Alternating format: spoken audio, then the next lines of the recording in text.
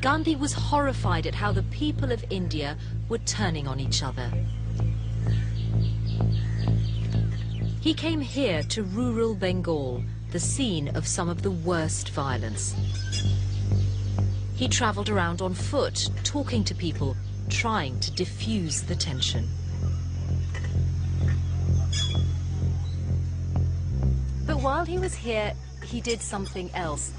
Something that would disturb even his closest aides, but something that he was convinced would help end the violence. He summoned his 19-year-old great-niece Manu to him and arranged to sleep naked next to her. It was to be a test of his chastity. Gandhi believed that his well-being was inextricably linked to India's, and that outbreaks of violence were a direct result of his own lack of self-discipline, his failure to control his body. He was now 77 years old. I've come to meet with Lakshmi Singh Tikari, who for 12 years has been following the ancient Hindu practice of brahmacharya, or celibacy. Gandhi's actions at this point will seem pretty incomprehensible to many people. Can you help me try to understand what he's thinking at this point? Gandhi took on a brahmacharya, which means reframing yourself, and not just physically, but basically controlling the mind. The discipline then tells you that you must be able to hold yourself back and go within.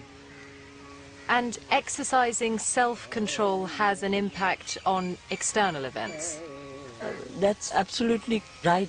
By practicing a life of restraint, that gave him so much strength that when he said something, or when he meant something, it would filter down to the people who were all around him.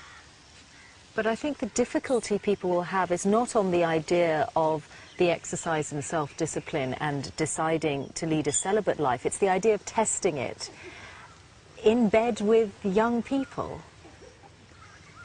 Well, it's quite simple. If you need to test yourself, you need to test yourself with the best.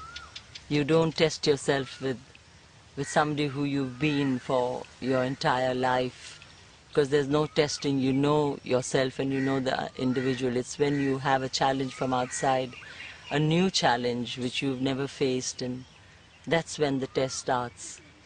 But these might be vulnerable young people who may be unduly influenced. It doesn't really seem fair. I think we react to certain things immediately. You see an old man, you see a young girl, and your mind immediately runs to the fact that, oh, he's a dirty old man, what's he up to? Whereas both of them gain. The elder person gains energy and inspiration, and also is in a position to be able to give so much to the younger generation.